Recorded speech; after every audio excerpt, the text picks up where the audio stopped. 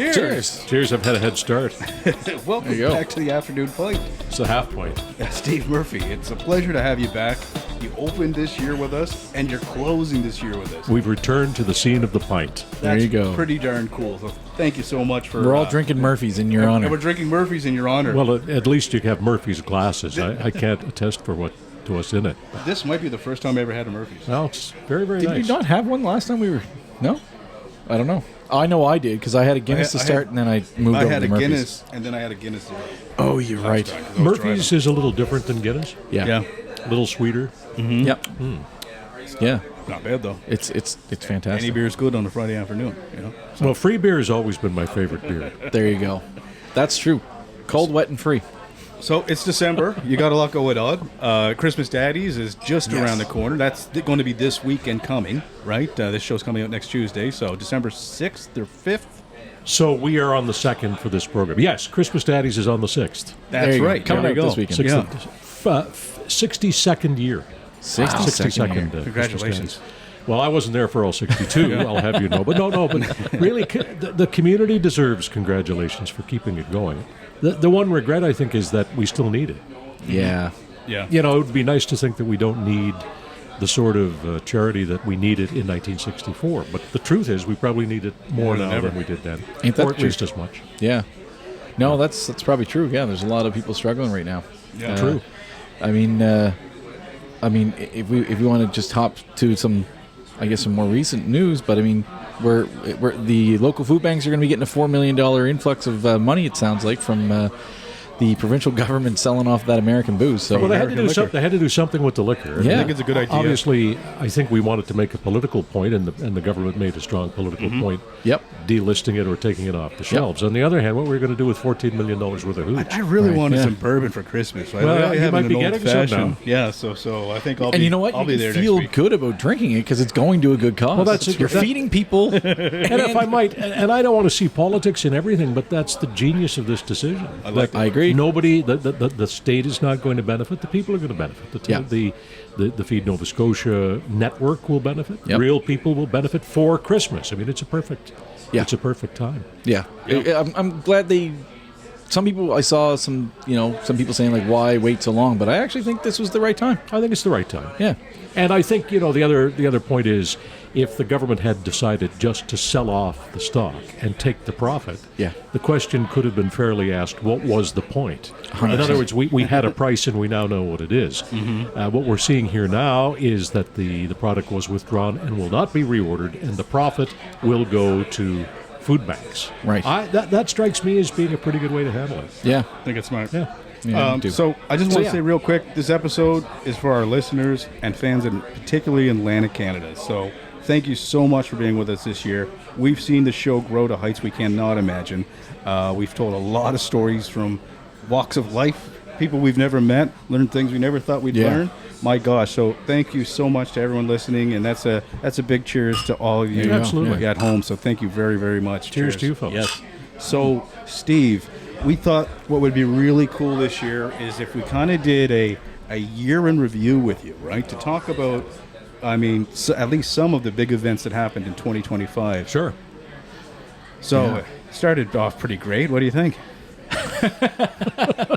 Well, I don't think that any of us, we were sitting here a year ago. I think we were in the same snug bite. We were, yeah. Exact same spot.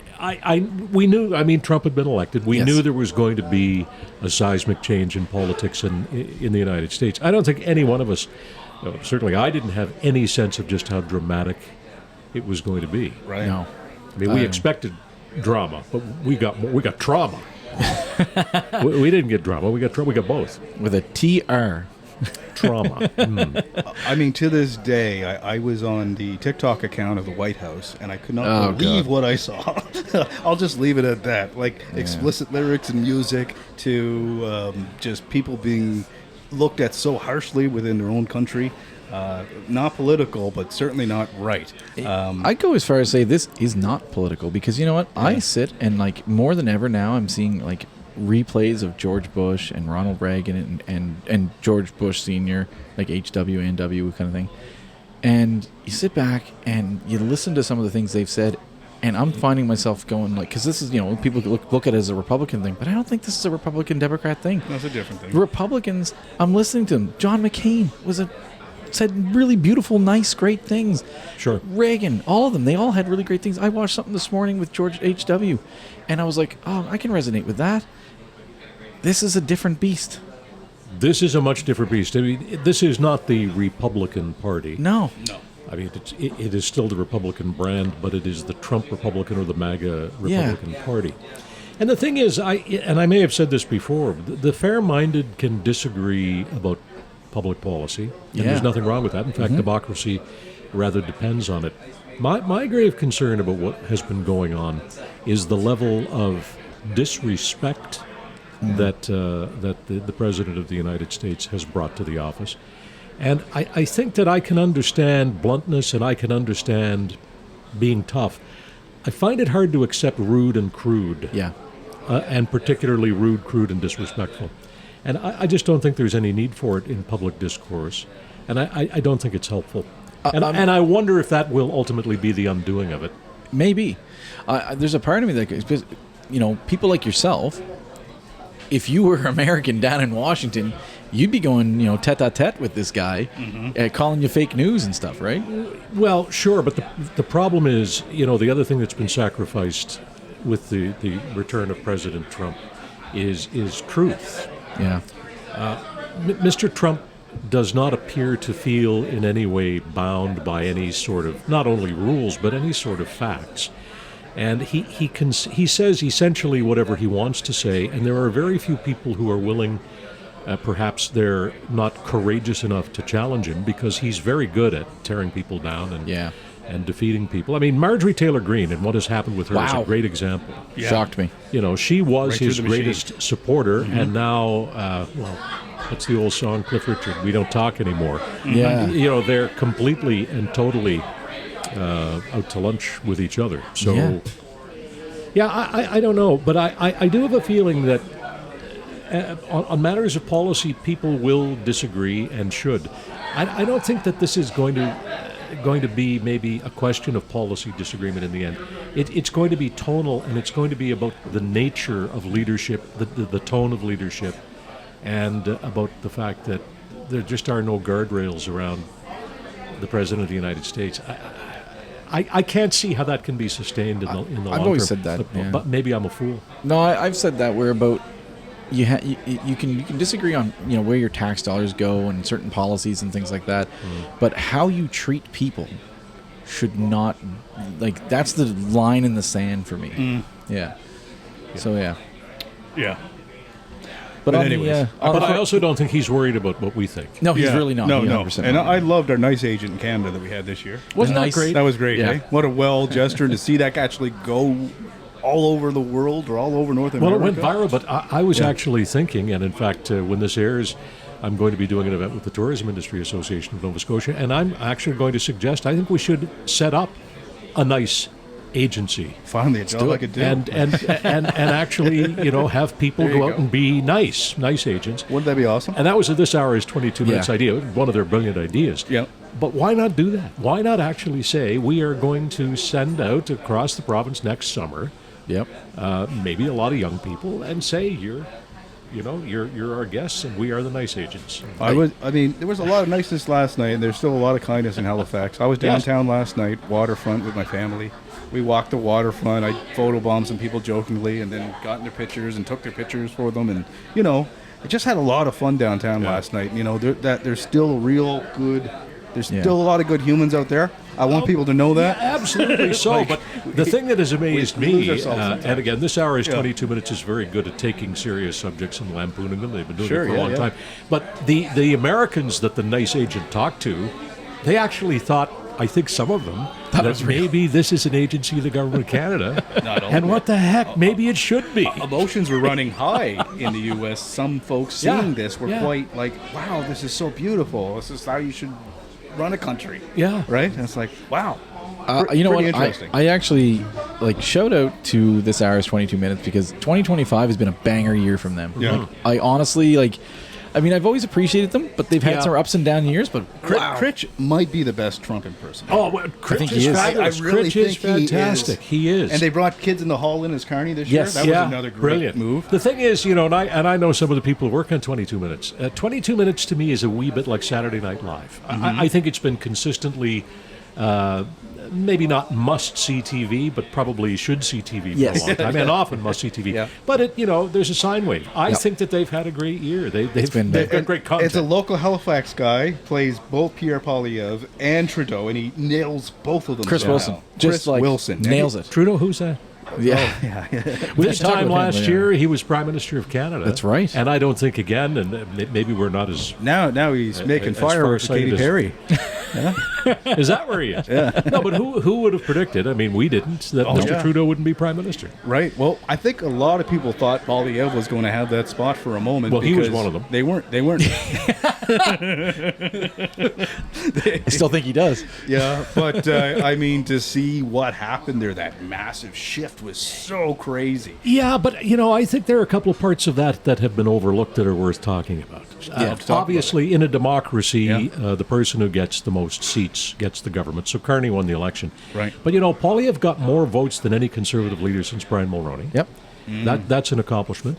And the other thing is, the reason that Carney did so well is because the NDP votes basically migrated to the Liberals. Yeah. If you were measuring the election outcome, and I'm not a particular fan of the style or tone of Mr. Poilievre, but to give him credit, he did attract a lot of people to that tent. Yep. And he did it without the benefit of having, I'm assuming, a lot of NDP voters go to him. So a lot of Canadians who had voted for maybe the Liberal Party or another party did go to the Conservatives. That's a fair point. In the last election. It's a fair point.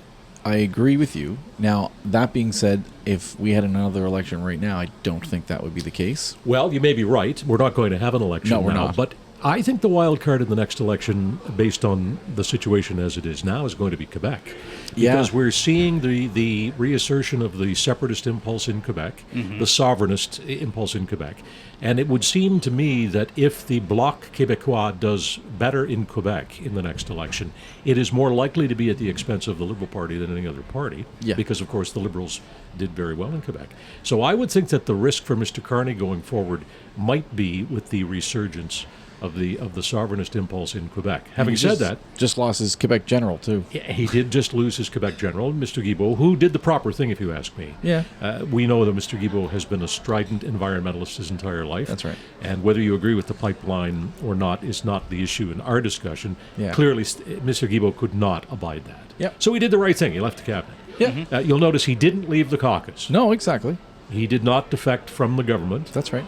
Because, of course, that would be detrimental to Mr. Carney, who's, I still think, trying to cobble together a majority. And I wouldn't preclude in 2026 that he tips that scale. It could happen. I agree with you 100%. He's 2 seats away, and I think it could happen.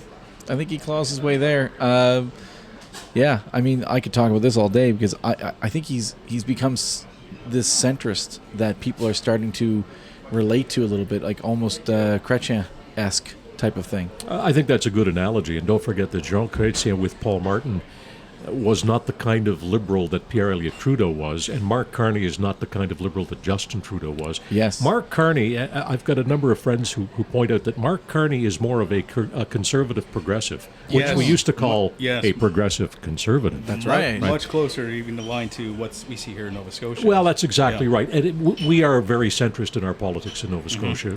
Curiously, Stephen McNeil was the most right-wing leader we've had. Tim Houston is to the left of McNeil on many things. But I guess the point is that Mark Carney may have found the sweet spot in Canadian politics at the right moment, which is back toward the center. Yep. And he may be tipping a little bit center right, although he's clinging to some of Trudeau's initiatives, which clearly are more to the left of the political spectrum. So I think he's just going to leave them. I think he's not going to talk to them. I think what people... This is just me talking, but I think what people got is that there were certain things that were on the left side that Trudeau really liked to kind of like... And I'm not saying I disagree with them. I'm just saying he really liked to jam them down people's throats. People felt that way. And I think Carney's just going to I'm not going to talk about that anymore. That's already a thing. No, I think you're right. Move on. right? I don't like the term woke, not because I don't understand it. I do understand it, and I think it has a meaning, an important meaning that we should try not to change. If you look at where the word and the notion where of it woke came from, where it came from, absolutely. But I'll use it because I think people generally understand it. Mr. Trudeau and the Democrats in the United States contemporaneously were seen as going too far in that direction. They were too concerned about identity politics and not concerned enough about the real issues that people are experiencing. And we started talking about Christmas Daddies, but let's be honest about this. And I can't speak for the two of you guys, but my perception is that I'm not having a hard time buying groceries. I mean, groceries are more expensive than they used to be, but there are a lot of people who are. Yes, more than there ever, are a lot of people who are, and they're getting Yes. a power bill that's too high, Right. and they're getting they're trying to keep fuel in the tank in the Yeah. wintertime, and it all adds up. Yep. And Right. that is what political leadership needs to be addressing right now, which is why the last budget, the budget that did pass ultimately, the federal I was shocked that there wasn't something in there that at least, I don't mean to pay lip service to what we call the affordability crisis, which is a term I also dislike. I don't like the term either, but you're absolutely right. But there needed to be something in there that indicated that the government understands that a lot of people are having a really difficult time. Yeah, I think agreed. I think the thing is too is I don't think they realize how broad of a effect that hard times are reaching. It's people in the trades now. It's people that it's not. I'm not just talking someone who's entry level and they can only get a job at McDonald's. Yeah. I'm talking. You might have your journeyman. You might have a Red Seal, and believe it or not, as high in demand as we are for carpenters and the trades right now, You're absolutely right. Those people are not making enough money. That's right. Right? I mean, the layman's, the worker, the and ones again, that we you really need. Look at how these things cascade across people's Yeah. lives, right? Yeah. Let's take, the budget in Halifax. I know that's pretty local for your show, but Yeah. they're actually toying with a 10.5% property Way too much. increase. Come on, that can't happen. Crazy. It cannot happen. Crazy. Real people can't afford that. No. And then not only your property tax goes up by 10.5%, and then all of the associated costs go up. Of course. Yeah. So And it's plus going to that- increase. That's the going to house increase that I rent. bought for It's going to increase rent. It's yeah. going to increase Yeah. everything. Yeah. Like Yeah. everything is going to increase because Yeah. everyone's going to get paying 10.5% more. Oh, yeah. I honestly, this is one of the few times where it's like, I don't know. I get so frustrated because city council. I ran in 2020, and like I've just been so frustrated with the decisions that I've been making ever since then, and some of the reasons I want to run. And it's like we can find 11% to cut. I'm confident we can. Did Cogswell need to get done? Well- do we need to do like? Well, not to argue with you, but I would say that if we're going to look at seriously reforming the cost of government, that we have to look at the main cost factor, which for most governments and most businesses is the cost of staff, the cost of that's people. true too. And by the way, when you talk about, and I said this on television, I'm going to say it on television this week, and we have to let a lot of people at the post office go. We do. We have to have a smaller post office, but we have to do it in a way that respects those people. Of course, yeah. It is not their individual fault that the post office is losing. It's probably lost like the better part of $1 million since we've been talking. That can't go on. That's not sustainable. No, it's true. Right? That is where the cost is, so we need to contain the cost. And I do think when it comes to government, we need to ask, what services should the government be providing, and how many people does it take to provide an acceptable level of service at a fair rate of compensation? Yep. So there needs to be a rationalization of all of that.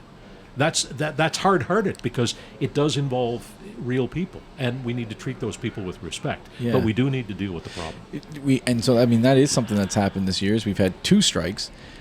I actually feel that the strike has actually hurt them more than it's helped them, because I think it's helped people realize that they can actually use them less. Exactly. Yeah. It's I mean, they went on strike, and I don't like to... And my life didn't That sounds change. really arrogant. Look, the postal workers went on strike, and really almost nobody noticed. Apart from driving by Almond Street and seeing the Yep. workers on the picket line. Yeah. No, And not seeing you're my not letter wrong. carrier, who's a great guy, by the way. Talk to him every day. He's an old style letter carrier. But most Canadians don't notice when the mail doesn't get delivered because there's nothing essential in the mail anymore. I guess for There's them, really not. I mean, just to kind of put a drop in their bucket, though, too. I mean, I do realize back to what we were just talking about affordability. Yeah. It's not a way of life for them anymore. That's right? true. And that's what sucks because they're being undercut by the cheaper outfits that you're paying guys next to nothing to get your package delivered to your doorstep. But this is what I think Steve was on to, it's though. a bit of a problem, right? Is there needs to be less of them so that the ones who are working can get paid more. Get paid more. You can't give everyone a 5% raise or more when you have, like 100,000 employees. But if you had 50, maybe you could. Maybe you could. But let's not forget, too, that this is not essentially a parcel delivery problem. This is a fact. This is the fact that all the Christmas cards I used to get when I was a boy growing up in St. John that came in the mailbox that was bulging with, you get email from people now. That's right. It doesn't cost, it used to cost 6 cents to mail a letter when I was a kid, or 4 cents. It doesn't cost $1.50 to hit send on your computer, and everybody gets a beautiful animated Christmas card. Or they Zoom them. Yeah. Oh, exactly. Or you just Zoom. But the point is that most of the routine communication we get from the banks, from our credit card companies, et cetera, it's all online. Yep. So the business model that has failed is mail delivery. Once a week, and I was like, this is a way smarter system. Because, I mean, I'm only need to get the mail really once a week. Pick up the mail once a week, maybe twice. I pick it up Fridays. Well, you have a super box, right? Yeah. See, I still have mail delivery. I live in the city. We get mail delivery. Yeah. And it's a lovely old idea. Yeah. But it reminds me of Leave It to Beaver. I'm old enough to remember. Well, not literally, but but I do remember when the mailbox was bulging with stuff you wanted to get. That's right. But it's not anymore. If you didn't check your mailbox for a week, it used to be overflowed. Yes. You would not be able to. I'm not kidding. I went there last week and I looked, and the only thing in there was I think it was Subway coupons. Yeah. For a week. I got a Canadian Tire flyer and a. I mean, it's great. Yeah. Get that 50% off a sub, but But truthfully, I remember this time of year when I was a kid, and I grew up in the 1960s and 1970s, but I remember going to the mailbox this time of year, and you'd count the number of Christmas cards people had sent to my parents. You'd have 25 or 30 Christmas cards in there. And you would have sent 100 yourself from your home, I guess it's kind of a nice thing, though. Yeah. It is, and you know what? You're right. And I think when people get them, Yeah. I think people feel more nostalgic and they like the idea more than they like doing it because no one's doing it. Yeah. Right? But it's not just because of the mail. Cards also cost like $4, $5, $8 each. Yes. They're $8 if you're getting those Hallmark cards. Oh my gosh, the premium cards now are $10. Whereas the email card is click, right? Yeah, exactly. Anyway. No, that's true. But we did get Carney. Yeah, we got Carney. We did get Carney. Yeah, let's talk about that. What are your thoughts on him so far? He's had an interesting year, I think. Well, I think he was an interesting pick, and a couple He of was things out I'll of say. nowhere, right? Well, was he? I didn't see him coming. I mean, maybe I was out of the. You were out of the loop. Okay. He was. I was out of the loop. I don't know He whether was you guys basically carry chosen. any cash around anymore. Yeah, I know. He used to sign it. His signature's on I the once joked that. couple Yeah, of there it bills is. there. No, he's not on there. He's I on used one to of joke that everybody was carrying Mark Carney's autograph in their pocket. That's because true. He was governor of the Bank of Canada a long That's time right. ago. Yeah. I don't think that governor of the Bank of Canada is a high-profile job for most people in the country. I mean, it's an important job, but I don't know that most people could tell you who is the current governor of the Bank of Canada. Nope. Although he's signing the money too. But nobody's carrying money anymore. But my whole point is that Carney didn't really come from nowhere, but he didn't come from politics, and that was probably an advantage when it came to running. Yeah. But again, I come back to something that I did say in a commentary I did earlier this year.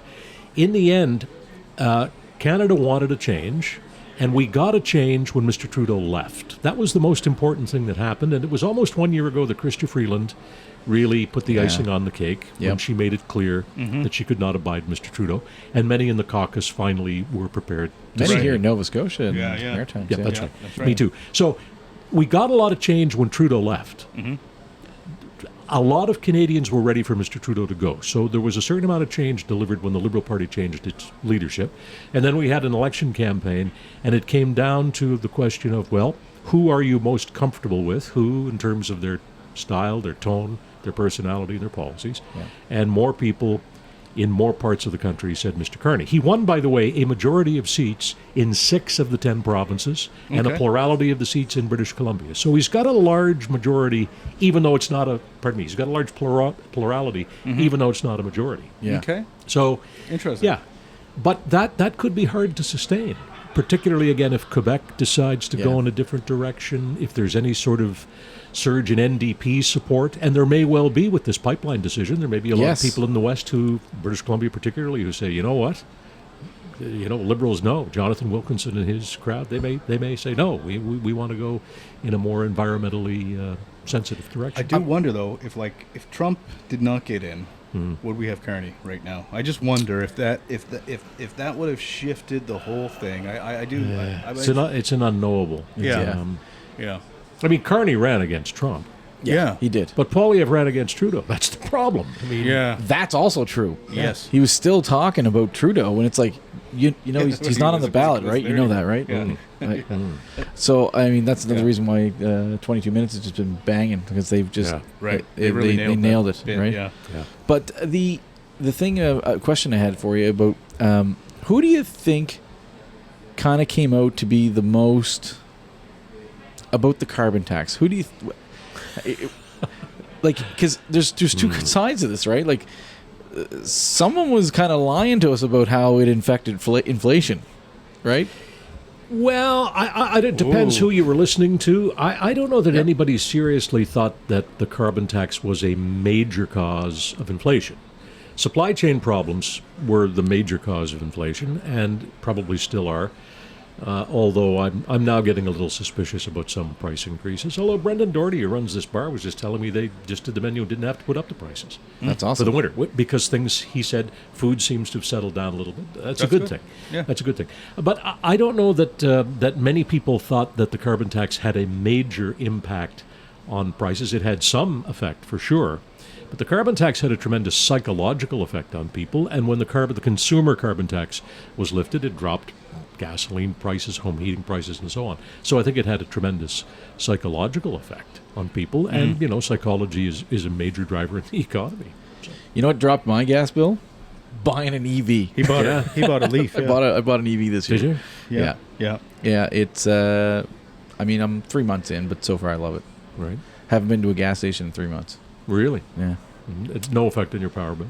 Well, who knows? We don't get power bills. He has to run it backwards to wind it. Oh, it's a little pain in the I was going to say, is it one of those Freddie Flintstone things where you've got feet on the ground? Yeah. It's kind of funny to see him do that. I'm actually my power bill has gone up maybe, I don't know, $5 or something. I think the afternoon pint has just turned into the afternoon 2 pints. Yeah, there you go. It's a plural one. Cheers, thank you.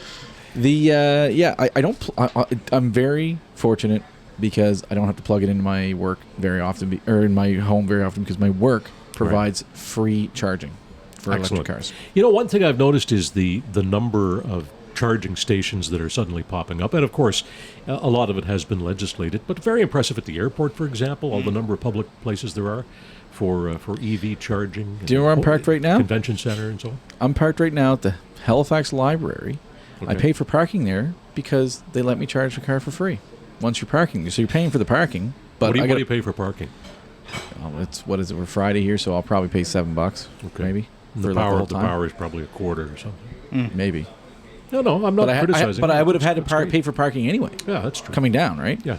So that's the thing. It's a Friday, so I would have had to pay for parking probably $6 or something. We're going to reach a point, this is so far outside my area of expertise, I'll just observe that we are going to reach a tipping point with EVs as we've done with so many things. Mm-hmm. I heard a gentleman on the radio the other day, and I wish I could think of his name because he was on with Matt Galloway on The Current, and he was talking about the fact that solar panels were invented, I think, in the early 1950s, and it took 50 years or what have you for them to become economical. Yeah. But now a tremendous percentage of the power being generated in China is coming from solar panels. They have whole cities that are electric. Exactly. Like I saw a video of a guy standing in a very busy, traffic-wise, and he just said, "Listen," and you couldn't hear anything. Yeah. And cars are zooming by. So here's my question. If we could be so privileged as to come back to this planet in 100 years, which you guys have a better shot than I do, but but if we could come back in 100 years and read the history of the early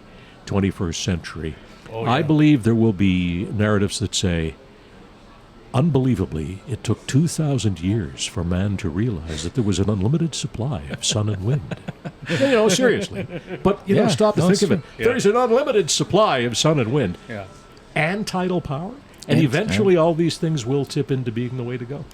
Might be a good time to plug my new show, Computer Saves World, coming out in 2026. Is this true? Yeah, Yes, it is true. Where I'm using AI to help humanity move forward, and I'm writing comedic episodes with it. So I'm going to come up with it next year. Is this true? This is Yeah, is this true? No, it's already. wow, the that's first great. episode's called Cooperation, Not Competition, and Okay. it's just the idealism, and it's not. And a you're show. using AI. I'm Yeah. using AI. I've actually used 3 comedians that I admire to help me give me the information. I love so this. I started with Norm Macdonald because he's my lifelong idol. And I mean, when he passed away, I was genuinely sad because I loved his comedy so much. And I still think not about everybody that guy. got or gets Norm Macdonald, But he's great. he looks better. The more you watch, the better. He And looks. so and I mean, I remember like there's parts like I remember reading his memoir and never having such a great time reading a memoir because it was completely fake. If you ever read his memoir, he just made it. Is it all it's all fake? Is it bullshit. all fake? It's just to troll you the entire time and say terrible things. It's the funniest Kind of book like I've the ever art read. of the deal. Very good, yeah.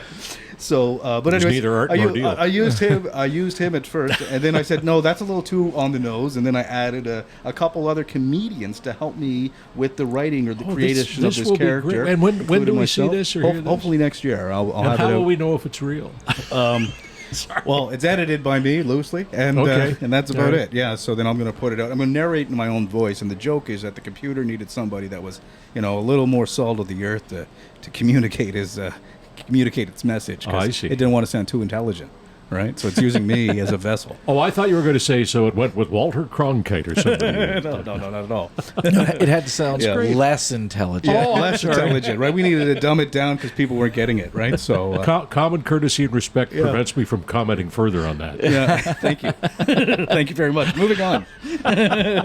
So, Matt made dear. fun of me when we made this outline up this morning because he was like, "You're obsessed with weather." He's like, "Weather." He said, "Steve wasn't a meteorologist, but it's been a crazy year for weather." Yeah. If you think about it, I mean, we had this no winter last year, and then I don't live here in the winter, as Oh, you know, that's right. so I had a So great you winter missed it. last You year. had It was a great sunny and winter. 28 every day. well, we had a really mild winter until when, and then we just got pummeled with snowstorms, Yep. and then into this And this drought. the dry summer, Right. yeah, really a problem. The funny thing is, and it's not funny in the ha-ha sense, Yeah. but we because we live in a maritime climate, we think sunny and dry is a wonderful thing. Yes.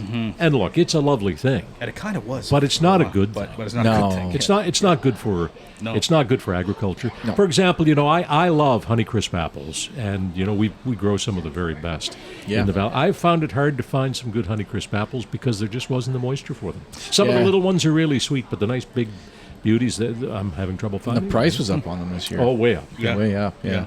Yeah. So Bad for our yeah. berries and bad for a lot of things. Now, some people have told me, and I don't know a lot about this, that it's been good for some varieties of grapes. So maybe we'll get some good wine out of it. Certain grapes it's Yeah. good for because you don't want you want water to run through, not stay. Right. So that part is good. Oh, okay. I'll tell you one thing though.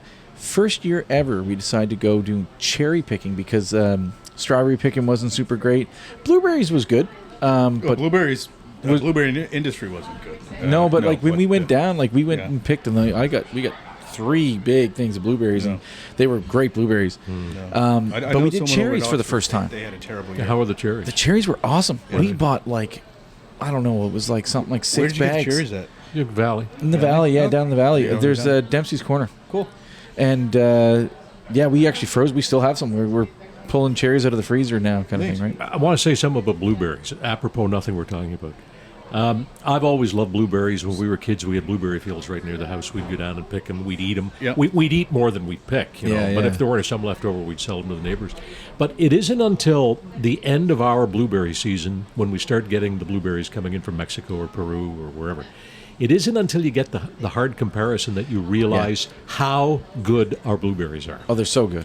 Our blueberries, Absolutely. the wild ones in particular, but our blueberries are They're without world equal. class. Yeah. Yeah. Oh yeah.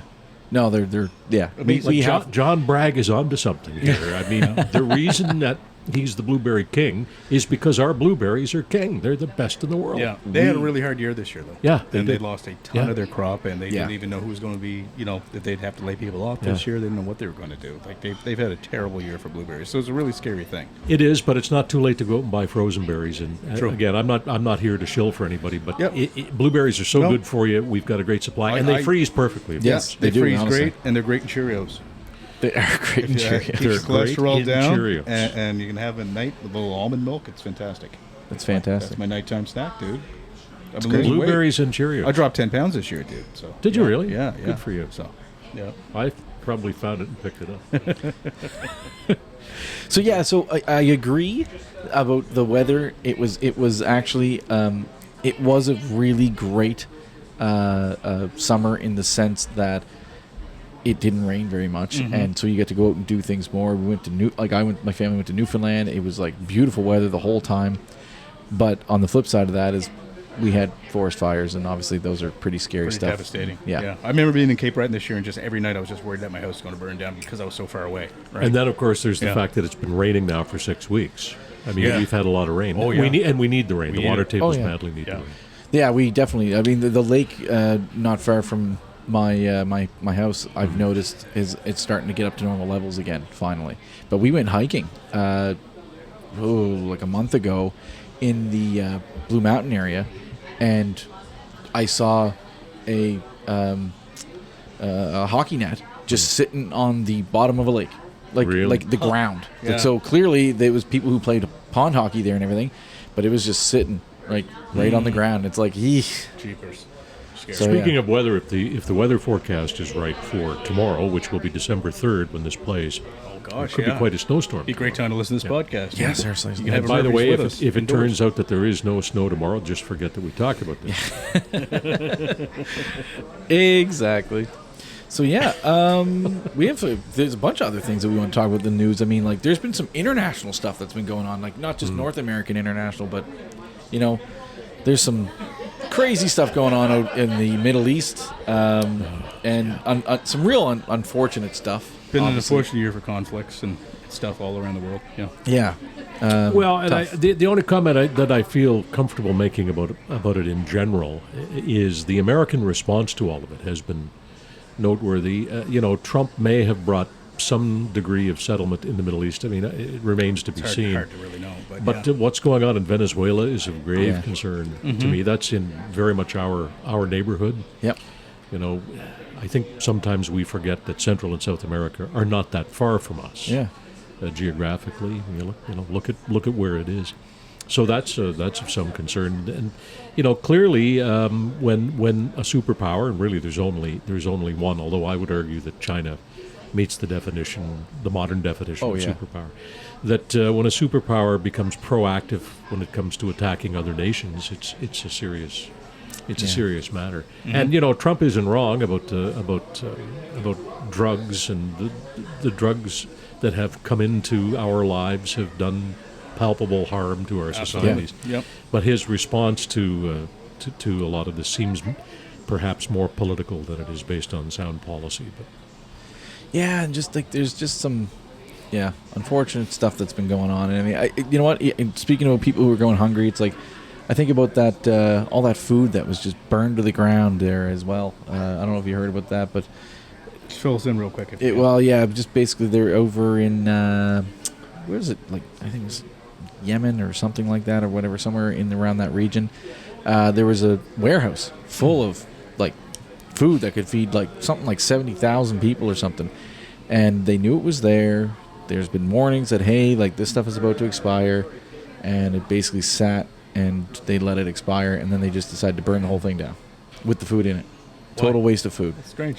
Could have helped a lot of people out. Yeah. Right? And I Yeah. mean, there's people hungry around the world, and But to take that point and extrapolate further on it, food waste is a tremendous scandal yeah, It's in disgusting. the world. That's something we should really be focusing on. Well, in 2026 we should. And, you know, onward. I even in Canada. I even commend at, I commend your the grocery grocers stores. because some of them are now beginning to make sure that stuff that can't be sold is getting out to food banks, or they're trying to find ways to do it. And yes, we need to make sure the food supply is healthy and safe. Right. Yep. By all means. Yes. But best before dates have had an unintended consequence. I agree. People confuse them with expiry dates. Right, and best before doesn't mean bad after. No. But a lot of food gets dumpstered because somebody, presumably enforcing either corporate policy or regulation, has decided that it's got to go out. Look, it's immoral. Or if food has a shelf life, get it out at a discount that it just goes out the door and doesn't go to waste. Well, and right? the major grocers have gotten better at that. I think. Yeah. I mean, I see a lot more of the. of the stickers going on the 50%. What is it? The eat it tonight or enjoy Yes. it tonight. Yeah, enjoy I see tonight. a lot more of that. Yeah. For me, I remember a few years ago I saw this thing where in France they actually they passed some legislation around this where grocery stores could actually donate food to food banks and stuff, get a credit for it, so they benefit for it, so it incentivizes them, and also excludes them from any liability, which is something that some people may be worried about as well. Yeah, smart. Well, I think liability is probably a good excluding people from liability. That doesn't mean we want to exclude them from responsibility, but we don't want people getting sued over good intent. Exactly, that's the thing. I don't want someone throwing something out saying like, I'd rather this go to the garbage so I don't get sued. But I'm more worried about the unintended consequence of best before dates and so on. Look, the idea of protecting the food supply is a noble. In fact, it's just an essential idea. Yeah. But it doesn't mean that we should enable or allow good food, completely safe food, to be thrown away. Right. It's just wrong. A shout out to my local little farmers market out in Prospect there, Mabel's, because they have two prices on bananas, like non-ripe and ripe. Perfect. Right, and that's Well, that's brilliant because bananas are very much a matter of opinion. Now, do you like green bananas? I will eat them, but I don't like. I wait for them to get mostly yellow. I don't like when they start getting brown, unless you put it in banana bread, and then I'm like really big fan. I don't do bananas. You don't do bananas? No, I love blueberries. I like berries. You don't do bananas? Bananas are a berry. Really? Only Bananas are a berry. Yeah. Only if they're sliced they meet the definition and of a berry. in a salad, then I can have bananas. Like if they're in like a fruit salad or something, I'll have them, but not. But don't tell me a banana's a berry. I mean, don't tell me a tomato is a fruit. Banana? Bananas a berry? Bananas technically a berry, yes. and strawberries are technically not a berry. berries apparently because the seeds are on the outside. That's of the right. fruit. Oh dear. Yeah. Okay. I don't want to talk about this. That's all I know about that, and that's probably not enough to carry on. All right. Moving on again. No, Yes. just joking. But what was I going to say there? I had a train of thought. And Well, that's what editing's for. So don't worry about it. Oh yeah. Is this going to get cut out? We don't cut your episodes because remember the first time we talked to you? Yeah. You told us not to cut anything. Oh yeah. Well, We took that to heart. I'm kidding. We stopped editing. We've honored the tradition. because now when I just stutter for 6 when minutes. I started doing interviews on the hour-long newscast, which was 25 years ago, we said we're not going to edit. Yep. And you know what? With very few exceptions, we did not edit. And I think it made the content better. It wasn't always prettier. Yep. But it was usually better. I sometimes I'll shorten a long pause if someone's just getting information. Oh, yeah. I'll give them a minute. Or if right? somebody You know? coughs, Yeah, or yeah, if there's a stuff like that. technical problem, Yes. by all means. But The only thing is, like, if someone says like, I kind of screwed that up. Can you take that out? We'll do it on respect of our guest. okay. Yeah. If someone says something really bad about I wouldn't do that. The one time I did it with Stéphane Dion. Yeah, caused we me talked a lot of about trouble. that, yeah. No, it's true. Yeah. But here's something else.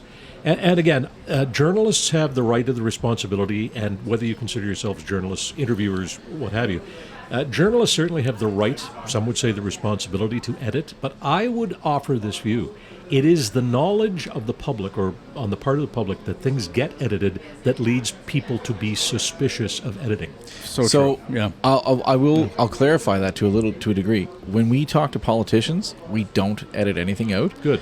We like when we had our debates and things like that. Yeah. Nothing gets edited. Good. You say it. the time we would do it is like someone may have said something that maybe I'm too personal, and they'd be like, "Oh, I shouldn't have said that." It's like, oh, I might get in trouble. He just doesn't want to sleep on the couch, right? So we'll help him out, right? You So know, it's just like, he doesn't like, I didn't mean it that way. It might have came out the wrong way. Could you fix that? I said, sure. Look, I think there can be nuanced reasons for allowing some editing, but for me, I think interviewers, journalists are better when they don't get second chances, and frankly, guests, often political leaders and others, they're better when they have to give it their best shot the first time around. And I come from a live TV and radio background. Most of the work I did was live. Yeah. There's no editing in live. No, of course, right. Yeah. There's no editing. I mean, you get one chance at it, and if you mess up, well, you mess up. But I think the listener, viewer, reader, they know that real people mess up. Yeah, and they don't mind hearing the mess sometimes. No, they like it. Kind of like it. Yeah. They like it. Yeah, exactly. Honestly, your spirit has lived in this show in 2025 because honestly, when we talk about editing and things like that, whatever, or if he's like, man, I got to do some stuff here, I was like, nah, man, Steve Murphy said don't edit it. Like honestly, so you have lived throughout this show. Like honestly, it's probably one of the advice that we've incorporated into our show that we've gotten all year. Well, again, and I have taken flack from colleagues in journalism who say, listen, editing is part of what we do, and I respect and I understand that. Well, but that's when it comes funny, to like, live interactions are better left unedited, in my opinion. Instagram shorts, these YouTube videos, things people are watching the most of now. We were talking about this a little earlier about the media side. Yeah. It's all heavily edited. So when you're watching somebody make a clip or a statement about something, that's like you, the listener, the watcher, has to really say, that's a very short piece of a 10-minute conversation, a 2-hour conversation. You really got to figure that out for yourself. The other, I don't want to call it a dirty little secret. Yeah. It is kind of, is that some editing in journalism has been done to clean up the questions. Oh, yeah, okay. And look, I asked lots of bad questions in my life, no question about it, and no question about it. But no, I mean, we all maybe wish we had a second pass, but I think it's better and it's more philosophically honest for the listener, reader, viewer, if you don't clean it up. Yeah. Yeah. Yeah. Cool. Anyway. No, we're going to keep on living with that. Can we take that part out? No. Yeah, sure. I'm kidding. No, consider it done. No. So, okay, next thing is, I think one thing that we've seen, and it's probably, this has sunken into, I think, some of the elections that we've had, but just in life in general, is tradition versus change. Would you think that maybe seemed to be a theme for the last 12, maybe 18 months? Tradition versus change. Tradition versus change. Elaborate a little, Matt, because I'm not sure exactly where you're going. Well, it's your theme that you have it right there. So anyway. Oh, that one. Okay, I know which way you're going now. Yeah, it's your theme. Tradition versus change. Yes, because there seems to be a lot of people saying like, well, I mean, "Make America Great Again" is a slogan that talks about when was America great and things like that. Yeah. But I mean, there's other things not just in politics, right? Like, we talked about it earlier about the mail, right? About how like, oh, wasn't it great when people got whatever, like cards in the mail? I don't know if I put that in there very well. I think what I was trying to get at in a weird way was, are we going backwards or forwards right now as a society in the way that we're treating and talking about one another? Are we doing a better job this year, or could there be some room for improvement in terms of just looking at the real problems and not at each other? Boy, there are a lot of questions in there. There's a lot to unpack there. That was a lot, but that's kind of the don't you think life is the constant give and take between tradition and change, and sort of maintaining some of the things that we hold dear, and allowing other things to change to, well, respond to technology, for example. But and again, I don't want to sound too critical, or I don't want to sound like a Luddite when it comes to technology, but many of the problems we're experiencing now, where tone and style and discourse and respect are concerned, are being shaped by the access that we all have to social media.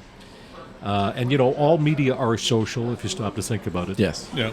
But the idea that every person who's carrying what we call a phone, and we should stop that. These are not phones. They're capable of being phones. That's They're true. capable of being radios. It's probably They're the thing I use it for the least. That's exactly it. When it But rings, you're like, what the? It's a handheld computer. Yeah. This is what Bones McCoy had in Star Trek 1966, except he called it a tricorder. This is a multi-corder. Yep. You know. But my whole point is that when everybody can publish every idea they have, you're bound to get some real stinkos, and we are. And in the hands of the wrong person, or in the hands of any person who has an axe or axes to grind, any person who is mean of spirit, any person who is narcissistic, there is almost no limit to the amount of damage they can and will do.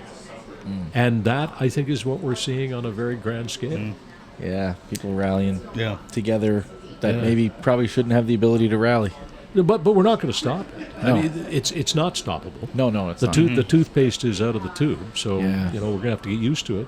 But I think we can still demand a higher level of civility and decency than we're seeing. And I don't want to turn this into another conversation about you-know-who, but the whole point is that the real reason to object to what's coming out of the White House is because it's rude, it's not respectful, Yeah. it's not decent, it's not accurate. Yeah. Forget whether the policies are good, bad, or otherwise. The style and the tone is not civil. Yeah. And when your world leader does that, or when your country's leader does that, Right. everyone else starts to think it's okay. Well, it becomes normalized. Yeah. Yeah. Yeah. And the thing is, again, it's completely. Listen, lots of good people voted for President Trump. Of course, yeah. Lots of good people did. They have their reasons for it. And- sure. And some I of have them family were that has, like, not on my in-laws side, but I have a family that Sure. voted for Trump, and Sure. they're good people. Of course they're good people. The best people. They're so sweet. And right? getting Yeah. into Yeah. why they feel the desire to express their political impulses that way. That's a fair discussion to have. All I'm saying, and if I were privileged enough to be granted an interview with Mr. Trump, I would ask him why do you need to be disrespectful? Why do you need to be crude? Why do you need to call people names? Yeah. If you believe in your ideas, if you honestly think that you have the answers to your nation's problems, why not present them in a way that appeals potentially to a lot more people by using style and tone that doesn't offend? Why? Would you want that interview? Like, is that something you'd want? Are you kidding? That'd be the best interview ever. but do you think you'd get anywhere? No.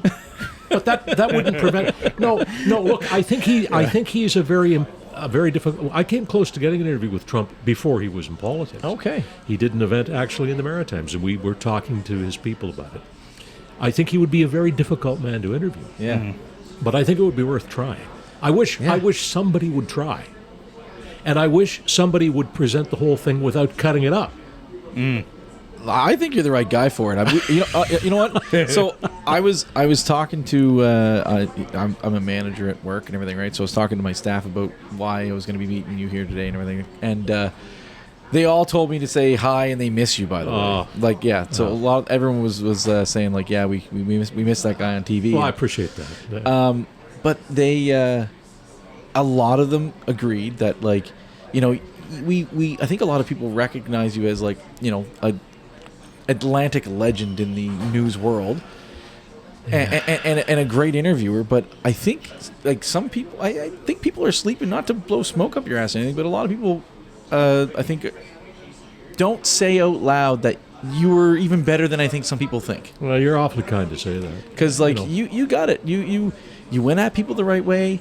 Like, you got your answers. I mean, I tried, and the thing is, I didn't succeed every day, and I had lots. Some people are things. impossible, though. Well, some people are impossible. Yeah. I think Mr. Trump is hard to interview. Yeah. But I'll tell you something.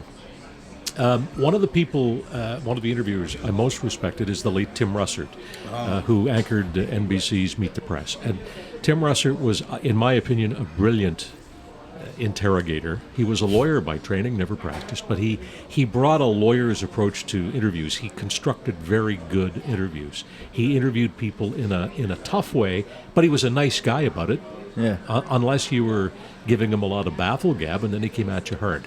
If I could, I would love to see Tim Russert with Donald Trump.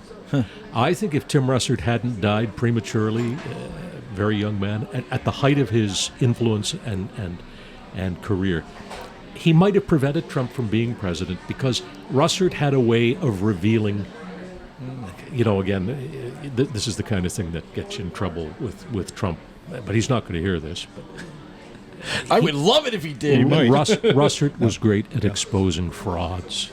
Trump, more than anything else, is a showman. And really, I mean, his entire narrative is fraudulent. Yeah. And again, I'm not going to listen. He's the president of the United States. I respect the high office he holds. I wish he would do the office the favor of being dignified about it. Yeah. But I recognize that. I don't argue that. But I don't think if he were properly interrogated at the right stages that he would have gotten the job. And Russert might have been the guy. Anyway, we'll never know. God rest Timmy Russert. And with that, too, we lost someone else, Matt. We lost Colleen Jones, a great journalist and a great human. Oh, yeah. That, I'll tell you, that was... Another legend. Yeah. Yeah, well, no, she is a legend. Yeah. Would have loved to have her on this podcast. I'm really sorry we won't get the chance. Yeah. Oh, yeah. I got to know Colleen, obviously. We hired her on CJCH 40-some-odd years ago. And she got the job because she was a great curler and because she was a great person and didn't have any broadcasting or journalism background, but boy, did she ever take to it. Or did it ever take to her? I'm not sure. I'm not sure which. Because I don't think she changed one bit. She got obviously more skilled, but her nature, her personality didn't. Yeah. And the other thing that Colleen never changed and didn't apologize for was that she was a fierce competitor. I mean, everybody agrees she was a really nice, kind, decent person, thoughtful, funny. But anybody who ever was on the ice against her, she was tough as nails. Well, you have to be to have the level of success that she's had. And that's why she was the world champion. Yeah. And I underscore world champion. Multiple. Yeah. And curling, it's not as if we only do it in two countries like candlepin bowling. No, it's true. Like curling is a world sport, and she was the dominant woman in her sport for a long time. Yep. And she didn't get to be dominant by just being a softball. Yeah. Even though she was just a wonderful person. The My gosh. first female sports reporter ever in Halifax. First female sports anchor. But I will point out, with no disrespect to my colleagues at the CBC, she did that for ATV before she did it there.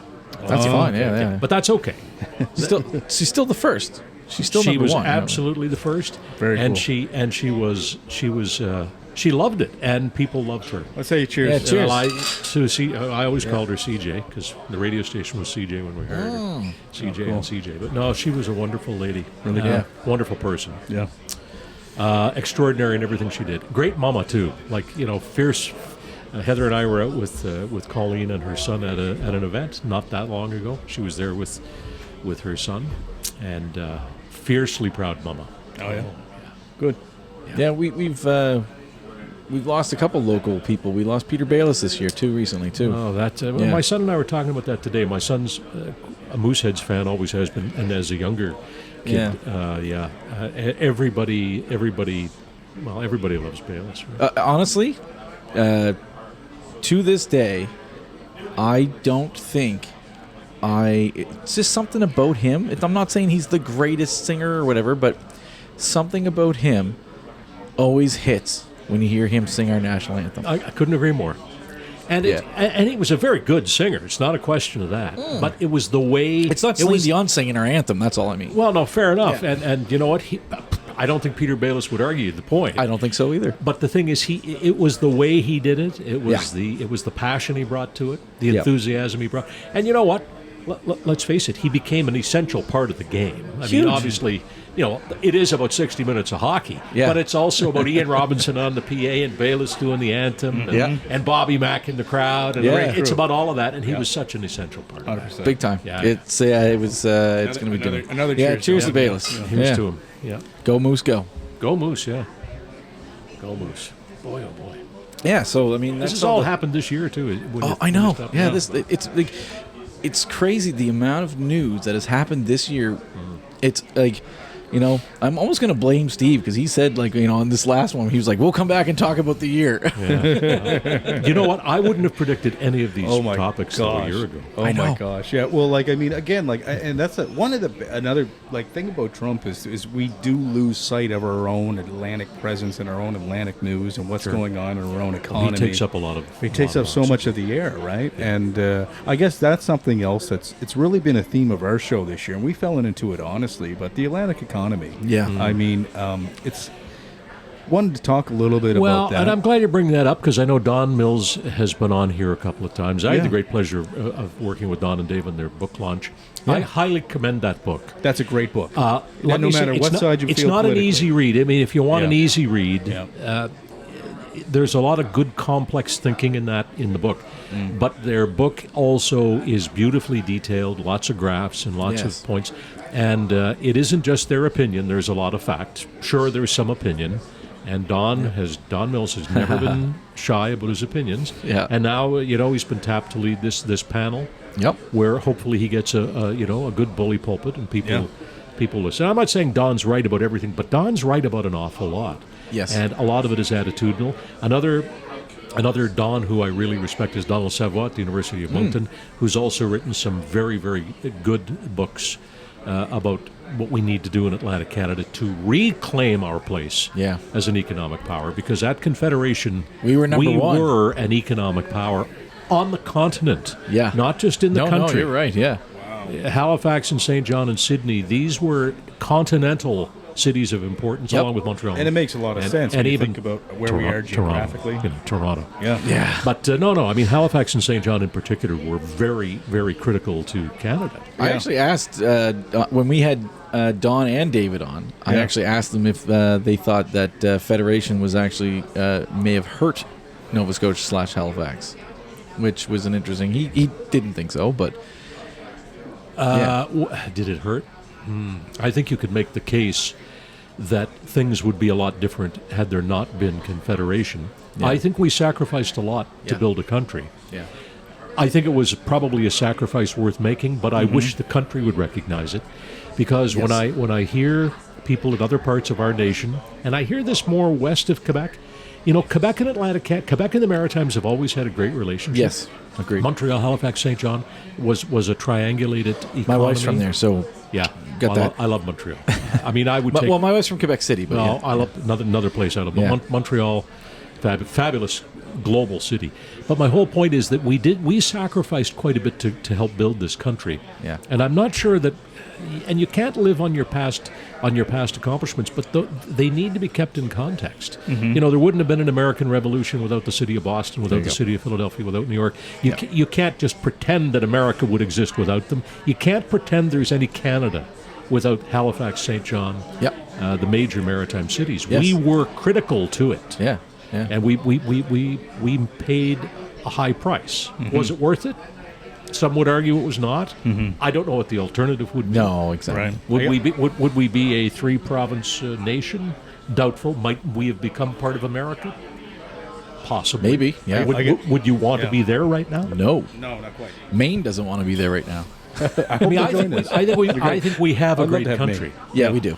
But I also think that we have had Canadian values, and we've had Canadian culture, and we've had Canadian traditions that are worth preserving. Yep. And it's become even more clear to me since we've been challenged on our patriotism by the idea of becoming 51st? A state, which, look, we wouldn't be a state. We'd have to be 10 states or at least 5 states. But the whole point is we don't want that. We could have gone that way. We chose a different way. Yeah. Let's not forget why we chose a different way. Yes. Let's not give up on those things. These are Canadian things. Yeah. You know, love it. There's only one thing. It's pretty hard for Canada. There's only one thing that comes to the top of my mind where, like, Americans got it more right than we did, and that's 4th down versus 3rd down. Oh, God. Well, that's a matter of opinion. Yeah. Don't get me started on the CFL, because you know what? I've said this my whole life. Never get into it, because I never felt that there was a team that was our team. That's fair. Yeah. The Owls were a team, and then they weren't a team, so we had basically the CFL from Ottawa West. Yeah. Could we support a team here? Do you think there should be a CFL team here? I think there should be, and I think we could. Yeah. I think if it can't be like, we can't go out there and like call a team the Halifax whatever. No, it does I need agree. to be the Atlantic. I agree. I mean, obviously you still need Halifax. It can't be in Moncton. It can't be in New Brunswick, unfortunately, because people from Halifax aren't going to go there. Yeah, well, the interesting thing, though, is if you look, and this is not my idea, I think this may be Don's idea, actually, Don Mills. If you look at what he calls the Moncton-Halifax corridor, Yep. and it does leave out a couple of important population centers, but they're not far away, Fredericton and St. John. Yep. But and the Annapolis Valley and so on. But if you look at the amount of population in the corridor from Halifax to Moncton, it's a big population group. Sure is. Yeah. Because it includes, obviously, the 500,000 plus people in the Halifax metro Yes. area. It includes all the people in the Truro Bible Hill area. right. Even really the catchment area into the Annapolis Valley and Yep. into Pictou County. It's not that far. So then you put the stadium halfway is what you're saying? No. No? I think you put the stadium in the place where a stadium can be supported otherwise. And by that I mean, and there's a nice little stadium at the UDM. Yeah. It's a small stadium. I think that Halifax is the right place for a stadium, but not just because of football, but also because of soccer, Wanderers. also Yep. because of concerts. Right. We have the Tides here now too. We do. Yeah. But we also have 500,000 people within a Right. 35-40 minute drive of the building. Yep. I think that's the that's the key. the deciding factor. But I think people will come. I mean, people come from Moncton and Cape Breton to go to IKEA, for freak's sake. So True. But you see, IKEA, again, here we go. This is a little too commercial, maybe. IKEA is a stadium. Think about it. IKEA is a you're right, stadium. you're right. And the first IKEA in North America was in Halifax. Do you remember that? Yeah, It was yeah, they pulled in it out. Burnside. It was in Burnside, but it was a small store. That's right. But it was their first foray Yep. into the North American market. Yeah. Then they closed. Yep. And it took a long time to come back. But you'll notice they came back really big. Did they ever? With a stadium-sized store. I am forced to go there sometimes with my wife and son because they like to just walk through it and look to see if they like things and get meatballs. I get lost in there. Yeah, I'm not a huge fan. I mean, I'm not a Costco guy either. Though. I don't like any of the big I places. don't like being in most stores. Yeah. But I will say, IKEA, Costco, I mean, like the Costco's great. They have food. They have good prices on things and everything, right? Mm-hmm. IKEA, again, they have affordable things for people to buy and all that stuff. It's great. I just don't like being in stores. I just don't. That's not an IKEA problem. That's not an IKEA That's your problem. problem. That's a me problem. It 100%. But your analogy, though, to a stadium is a good one. People do come from all over to shop there because it's a stadium-sized store. It is. It's a major market venue. How are we supposed to get Taylor Swift here if we don't have a stadium? Taylor Swift was here, you know that. She I do opened know. for Yeah, I know somebody back in the that. day. She did open for, what was it? Keith Somebody who's- Urban or something like that? Somebody who's been forgotten in the ash heap of... No. But, Yeah, there was a picture just posted for her yeah, I actually said just this I'd week. forgotten that she played here, but she did. Yeah. She was like 15 at the time or 16 Yeah. Oh, at the yeah. time or something like that. Yeah. Whatever happened to her, anyway? Just Pity it complete didn't- flop of a Pity career. it didn't work out for Taylor Swift. Yeah, no, She's exactly. doing okay. She's doing all right. Yeah, this she's year. only a She billionaire. made it through 2025 unscathed, I Yeah. think, for the most part. Yeah. She's engaged. Yeah, engaged. Yeah. Congratulations, Taylor. Cheers to you. But Yeah. back to stadium, yeah. Yeah. We should have a stadium. Yeah. By the way, I think what Derek Martin has done with our football here, soccer, is fantastic. Okay. But I don't think we should build a stadium. No disrespect to Derek. We don't want to build a stadium for that purpose. I agree. think we need a stadium that can Multi-purpose. Multi-purpose, yeah. needs to be multi. And we talked about this with Don. I mean, I can understand, like, back in 2019, specifically 2020, I guess, because we're in the middle of a pandemic and a lot of funds are going towards fighting a pandemic. I don't think that was the time to put dollars to that, but now is the time. And I'm okay with tax dollars because we want doctors, we want professionals here, Yeah, and those people I want... agree with all that. But, again, to me, this debate has too often come down to the role of government. I think government does have a role to play in all public infrastructure. I Yeah. mean, let me go down a small rabbit hole before emerging Please. at the other end. Do you remember the great debate about whether to build a convention center? Do you remember Yes. the great debate about we don't need a convention center? Okay, I just did an event for the Mental Health Foundation of Nova Scotia at the convention center. We go Saturday night. We had 600 people there. They raised $450,000 for mental health. That's awesome. That's one of many major local events that goes on in the building.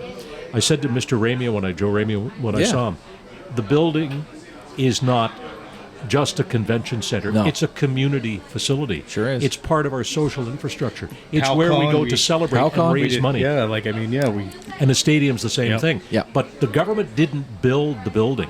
Yes, the government put money into Joe Ramia's building. Joe Ramia built the building. Yes. So let's get some people here who want to build a stadium. Yes. They want to invest in the infrastructure. Yep. Yes, government's got to step up. Yep. But we need good private leadership to step up too. We do. need a new metro center too, by the way. Agreed. Yes. We do. Yeah. Not because, I mean, I love going to the Scotiabank Center. Nah, it's the Metro Center. It always will be. Well, we'll You want be, to talk but- about tradition versus change? Okay. That's But tradition. let's not deny Scotiabank. You know, they put a lot of cash in there. They've really helped No, improve it's the true. joint. No, they have. They have. It's true. But I mean, great many memories in there. But you know what? We can make the case for a bigger than a 10,000 seater now. I think we think need so. a 16,000 seat building. Mooseheads are busting at the 100%. seams. Yeah. They are. They're busting at the Or seams. concerts But I- even, but right? concerts, You know, 100% concerts. Offspring concert is But with all sold due out. respect, Yeah. I don't want the government to build it. I want No. want somebody in the business community to say, let's build the building, Yes. and then bring all the players to the table. But I think we will if we have government saying we have tax dollars available to help. to help. Yes. Yeah. Same with the stadium. I'd like the universities to be involved in the stadium. And I know the they need to be. universities are on hard times because of foreign students. They're down. Yeah. But I think we've got some great universities in this town, and they're economic engines, often overlooked as economic engines. But Dow and St. Mary's particularly, and the Mount, Yep. these are economic engines in our community.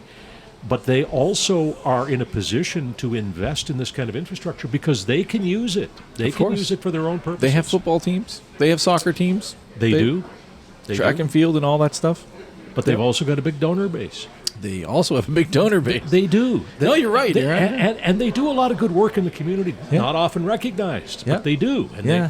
they fund scholarships, and they're educating a lot of young people, and I give them full credit for that. But get them to the table too. And it's great for another thing too, which I think you're leading another show this weekend. You said of tourism. You know, it's been a great year for Atlantic tourism. Very if you good. look at the statistics, it's that's something that's been tremendously up. Yeah. So maybe that's people staying away from the U.S. We don't really know. Yeah, it is. People staying home.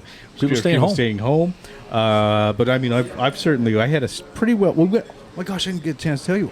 After our first conversation, I went to Ireland with my dad and my brother. You did. Yes. Good for you. And it was awesome. Yeah. Absolutely loved it. We went down to Galway, went up kind of like the Beautiful. western side of Ireland. We didn't go to Northern Ireland. Yeah. Spent Well, go some back time and in go to the Dublin. north and go. Make sure you go Yeah. to the east, to the ancient east of Ireland's beautiful. Man, too. oh man, it was unbelievable. Fantastic. Right? Nicest But you know people what? in the world. I'm going to take an opportunity, rival and again, Canadians. it's a bit of a name drop, but Yeah. hasn't the airport been doing a great job? Hasn't WestJet stepped up? Yes. Yes. With European destinations. Look at You Air know what? Canada just added Brussels from Halifax. My wife and I were ready to go. We had our trip pretty much planned out that we were going to fly into Munich, and we were going to go from Munich and drive and hit Italy and Slovenia and down to Croatia. And WestJet comes out and says direct flights to Portugal, and we're like, "Ooh, So you're going. Yeah. it's booked, done." Do you Beautiful. I mean, if you don't mind me Done. asking, like, what did you pay for a flight to Portugal? Do you remember? For 3 tickets, Yeah. picking our seats and carry on or whatever, checked luggage or whatever, everything was $2,400. That's pretty good. good.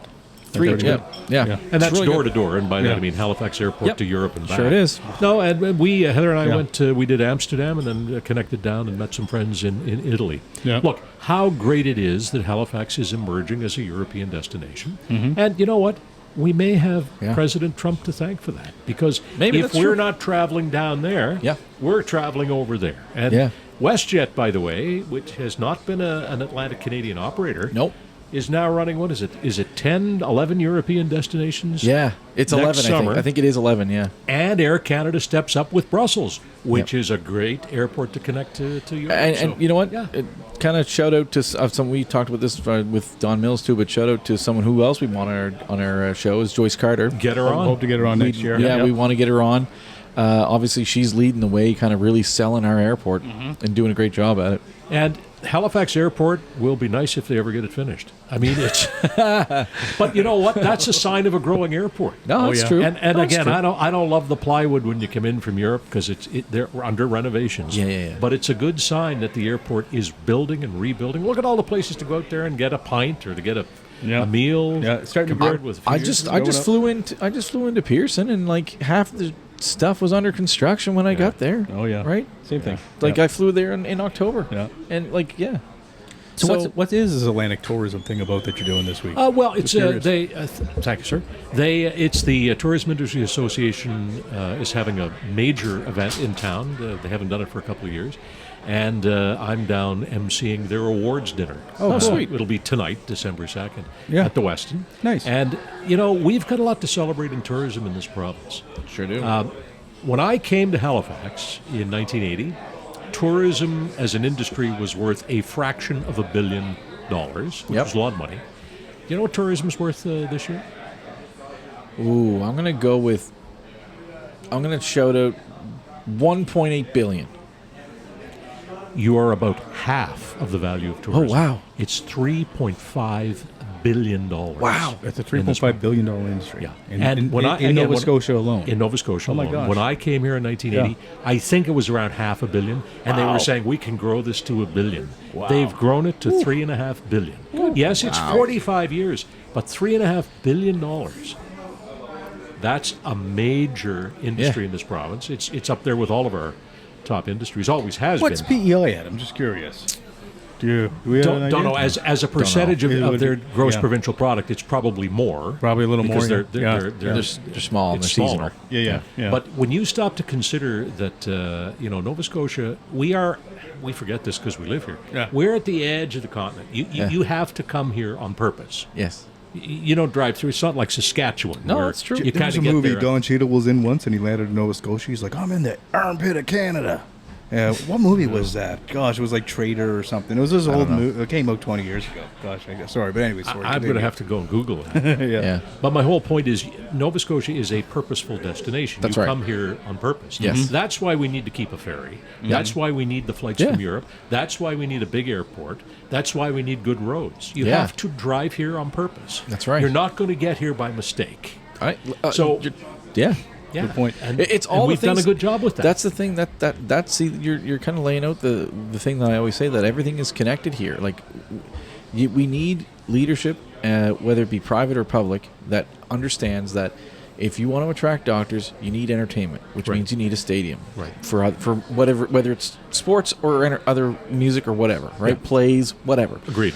So if you want those types of people to stay here, and you have to try to compete with the Toronto Maple Leafs or the Toronto Blue Jays, you need things for them to do. Right.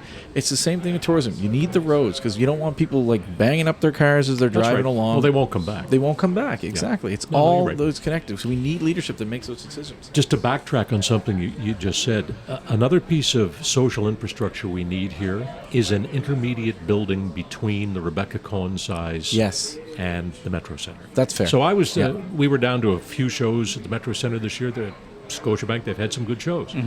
Foreigner was in there. They had 5,000 Yeah. or 6,000 people. It was a great show. But we need about a 5,000 seat auditorium. Because there are a lot of acts and a lot of good acts. Great stand-up acts, all that kind of stuff. Yeah, they're not going to play in the Metro Center. That's Yep. fair. They're not. Yep. And the Cohen isn't big enough. So we need an intermediate-sized building, and we also need a bigger building than the Metro Center. Yeah. But again, I want to see the private sector step up and take the leadership on this, and then I would like to see government see where it can fit in. But I really do think there's a good case to be made for those two pieces of critical Yeah. social, I call it social infrastructure, but it's, yeah. That theme was around in 2024, Matt, and it's still going on. So build a stadium. Like Yeah. that's been going yeah. on forever. Yeah. Yeah. I'd like to see about a 20,000. Yeah. I think maybe we could do a 10. We might do a 12,000 seat that could expand to a 20. That Yeah. might be something we could do. 20,000 would be large. Yeah. That's on the larger side of the NHL stadiums, but I mean, easily we could do 16, 17. Oh, you mean for hockey and so on? Well, I'm at a stadium, like an outdoor building. Sorry, Yeah, yeah. sorry. My brain was in the it's Metro okay. Center. We're Yeah. saying the same thing. But yes, no, 100% outdoors. Yeah, we need 20. 100% we need 20. Or at least expandable to 20. Yeah. Because not every event you're going to do. I don't know. Can Derek Martin put 20 in there for soccer? Maybe he can. I don't know. I don't know, but I mean, I don't think in a lot of cases like this, depending on how detailed your stadium is, you don't need to fill your stadium to make it worth it, right? Right. I mean, you look at if you go to the Quebec stadium, the name is escaped me, but I think it's Videotron. Videotron. Thank you. Yeah. So I've been to that stadium a few times, and it's a bare bones, like, I know they built that to bring the Nordique back, and I was in there and I was like, it's a step up from the Metro Center kind of thing. It's NHLable though. They could put NHL. They could probably fit some things in there, but if you go to the Bell Center, if you go to the Scotiabank Arena, those things blow them out of the water. It looks like the Metro Center. I was at the Bell Center 2 weeks ago for Paul McCartney. Oh, sweet! Oh, cool. Wow, yeah. Nice. Yeah. What a building, but hey, what a show. Yeah. How long was the set? Like, did he stay for a while? Would you believe 2 hours and 50 minutes? My the guy's God. 83 years old. wow. And he went hard for 250. Remarkable. He doesn't look 83. My No. God. Yeah. And he doesn't behave 83. The amount of energy he brought to the... And the interesting thing is... I'm sorry, we're going way off topic that's here. fine. No, that's good. great. Yeah. He's not doing it for the money because he's Yep. one of the richest musicians in the world. Yeah, he's like a billionaire. Or something. He's doing it because he still likes it, and you can see that he takes genuine joy from walking out there and being venerated, no question. Of course. Yeah. He's one of the greatest songwriters of Yeah. my lifetime. But the whole point is he's doing it for the joy of it. It Just isn't wants about to the be money. there. Yeah. Although the amount of money they're making is He's probably incredible. making a ridiculous amount of money for that. $75 for a T-shirt. Oh my gosh. I got Wow. two. I guess the got two, but Beatles I'm old. anthology All right, show Paul, is you have really, enough money. is really good, eh? There's a brand new Beatles anthology show that just came out on Really? Disney Plus or whatever. I really want to watch it. It looks fantastic. There's a new McCartney doc coming as well. Oh, is there? Cool. McCartney started Yeah. the set, by the way, with a Beatles tune, which he's been doing on this tour, which he never did. But he started with Help. Oh, Yeah. there you go. Nice. Anyway. That's so cool. That's kind of the news, but there's something that I want to talk to you, because there's something you said to us that you really wanted to, because we asked you what's next for Steve Murphy. So what have you been doing? Well, I'll tell you what I've been doing. I've been doing, a lot of the charity work that I always did. I'm Yes. still doing Christmas Daddies, the IWK. I've been doing some speeches, some MC work. I've been doing television every other week, of course. I've been doing a little bit of writing. When I'm away in the winter, I still contribute things to ctv.ca. And the other thing I've been doing that isn't, by way of work, is catching up on all the reading I didn't get to do when I was reading for a living. Because, when you're doing an interview, you've got to read the book. What do you like to read? Yeah. What do you like to Well, I'll tell you, Heather and I are both into Louise Penny's Inspector Gamache series right now, which Okay. is, I highly recommend it. She's brilliant. She's got a new one out, Black Wolf, which just come out this year. But it's a 20-book series set in Quebec in the Eastern Townships. Beautiful, beautiful book, beautiful series. And we're into it, and it's very addictive. But there is an end coming because she's only got 21 books. And I think Heather's almost finished, and I'm at book 15 or 16. But I'm still, I'm reading a lot of fiction because I never got a chance to read fiction. Okay, cool. That's fair. Yeah. And I'm reading a lot of nonfiction. I just finished 1929 by Andrew Ross Sorkin. Yeah. Probably, I can't think of a book I enjoyed more this year. It's a brilliant take on the stock market crash of 29, what really led to it, all of the personalities that led to it. And they're all in there, all the bankers, but Churchill's in there, Roosevelt's in there, Coolidge is in there, Herbert Hoover's in there. All these fascinating Yeah. people are in there. And it's a great book. So, yeah, lots of that. Yeah. Great question. Yeah. I thought it was See, because I know you wanted to, you're retired but not retired. I say rewired. Rewired. yeah. I think is a good way to be. A good way to live. Yeah. Yeah. 100%. We had something there, Matt. Maybe you can ask the question. My phone's off. So I had it near the end there. Yeah, that. The headline one? Yeah, that's that one. So what headline story from 2025 will history say mattered the most? We took a second. to look Boy, at the here's where you zeitgeist might of edit this a year. long pause. Let me think about that. The headline story from 2025 that mattered the most. That's a very, very clever question, because you're not really asking so much about the present. You're asking maybe in the future, when we look back, what will be the most significant. Don't say 6-7, okay? Because people will not. I don't even know what that is. I've tried to. It's a bit like crypto. Like I keep reading the definitions Okay, cool. and the explanations, but I walk away going, no. It'll be like a Hitchhiker's Guide to the Galaxy. The answer is 6-7, instead of 42. Oh, is that it? Did you ever read the Hitchhiker's Guide to the Galaxy? Long time ago. Oh my yeah. gosh, read it again. That's a great book. Oh, it is a great book. Cool book. Yeah. Okay, so we're talking about the most impactful. That's a tough one. Big event of 2025 that'll carry on Ooh, through the boy. history. Aliens are we're looking at ourselves back on this year. Yeah. What's the big thing? Well, I mean, the headline might be, although it actually occurred in 2024 that President Trump was reelected. But,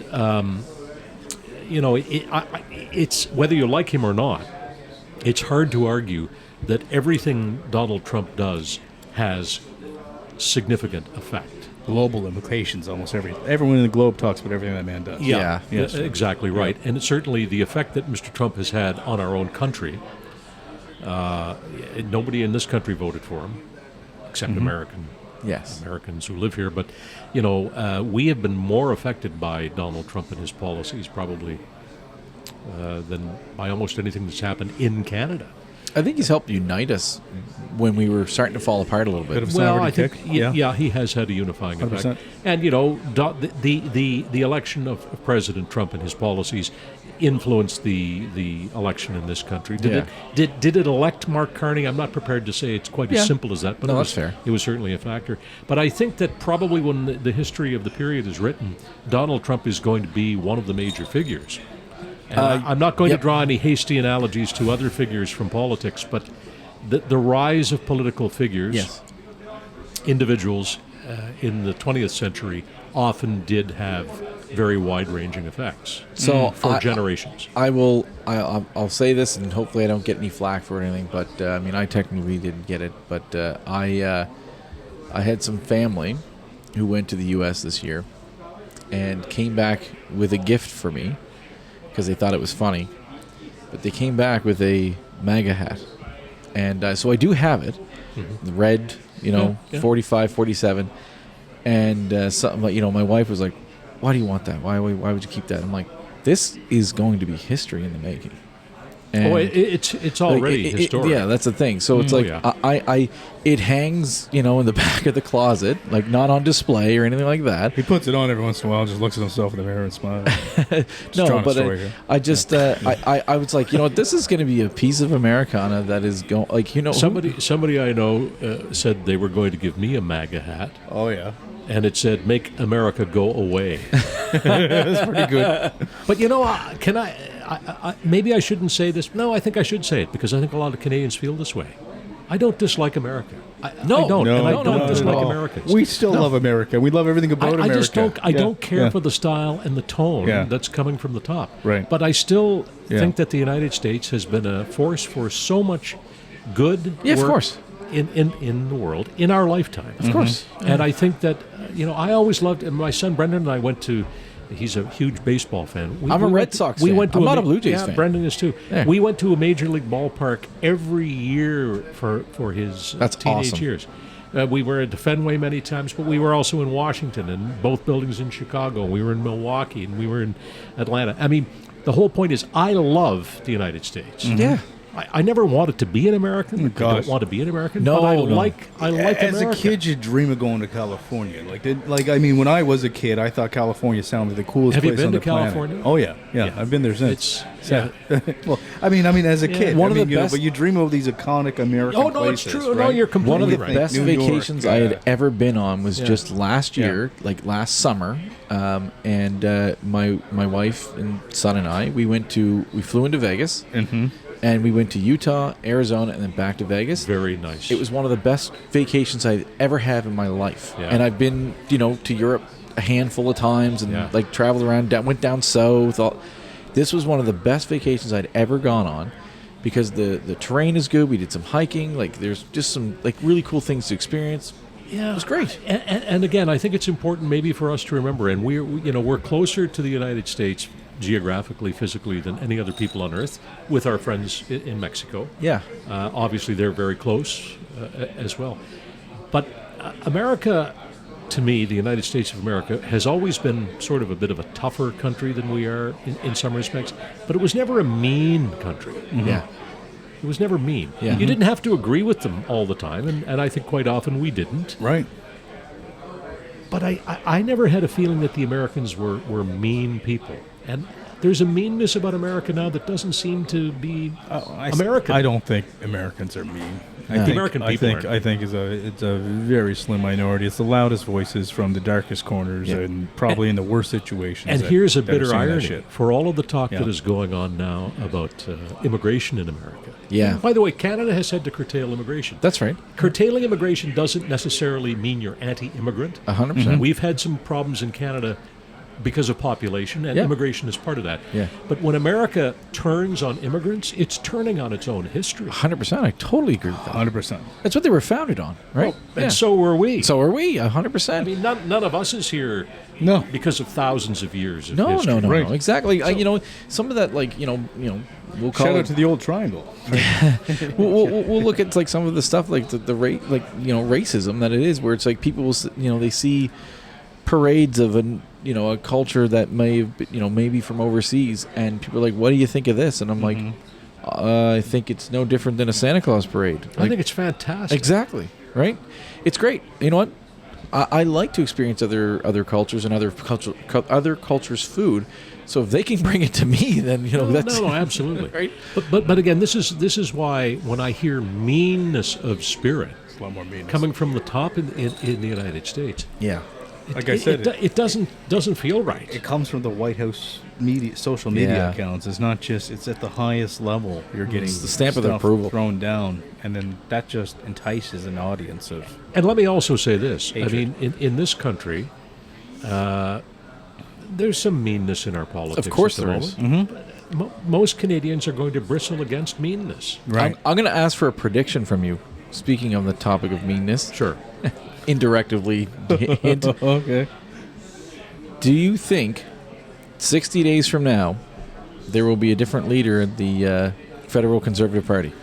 60 days from now, being December 2nd, February 2nd, will there be a different... No, there will not. I think Mr. Poilievre will survive his leadership because he gets to basically set the rules. I mean, Joe Clark got 66% support and said it wasn't enough. Pierre Poilievre would not say that, but I think he will get more than 66%. Interesting. But I do think the Conservative Party, the whole party, including the various factions that include progressive conservatives and others, need to ask themselves about the style and the tone of the leadership of the party. I think Pierre Poilievre is quite a smart man, by the way. And I don't think he's dumb. I've heard a lot of people calling Mr. Poilievre a lot of names. I'm not into that. Yep. I think I've listened to him over the years. He was always sharp. He was always chirpy and chippy. Yep. He needs to be less chirpy and chippy. And the Conservative Party needs to ask itself, is it really the party of the reform movement, of Preston Manning? Yes. Or is it the party of Peter MacKay and Brian Mulroney? Yes. And then it needs to reassert what it is. Yep. And you maybe have to set aside the question of what do we have to say to get elected? Yeah. Because Pierre Poilievre got more votes than any Conservative leader since 84, Yeah. maybe 88. Wow. But he's not Prime Minister of Canada, and the reason he's not is because there was resistance to his style and his tone as the agent of change. And I think he wouldn't have gotten that if Carney had more runway. You may well be right. Right? Carney was quite... I don't like to call prime ministers by their last name. It's weird. Prime Minister Carney was relatively untested and unknown when he got elected. Yes. Yeah. It's... Poilievre was better known. Yeah. Yes. Yeah.